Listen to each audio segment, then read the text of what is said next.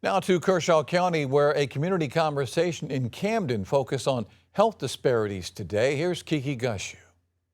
Carlin Gill says she learned early that she had to advocate for her autistic son and push to get him the services he needed. We had a struggle early on because he is very high functioning, and so some of the healthcare providers didn't agree that there was something that was there.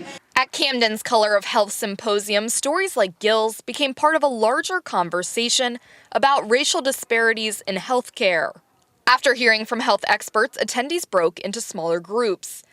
At the Autism Roundtable, the conversation turned into barriers families can face getting a diagnosis, finding resources, and getting children support early. Lori Strickland, Director of Early Childhood at Family Connection of South Carolina, says those barriers can have consequences before a child even reaches kindergarten. South Carolina actually leads the nation in preschool suspensions, heavily impacting Black and African American boys and children with developmental delays. Strickland says without an official diagnosis to explain a child's developmental needs, sensory overload or communication struggles can sometimes be misinterpreted as defiant or bad behavior. Now he's a 16-year-old, a junior in high school. He just got a license and a car, and it's just really exciting to see his progression.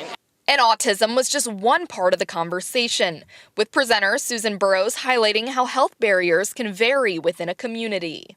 Differences in education, housing, income, transportation, access to care, and other conditions can create very different health outcomes, sometimes among people living only a few miles apart. For Gill, conversations like this help families connect over shared experiences. Be able to use your voice. I know it's not easy. Sometimes that pathway to services can be challenging, but don't give up. In Camden, Kiki Gushu, News 19 WLTX.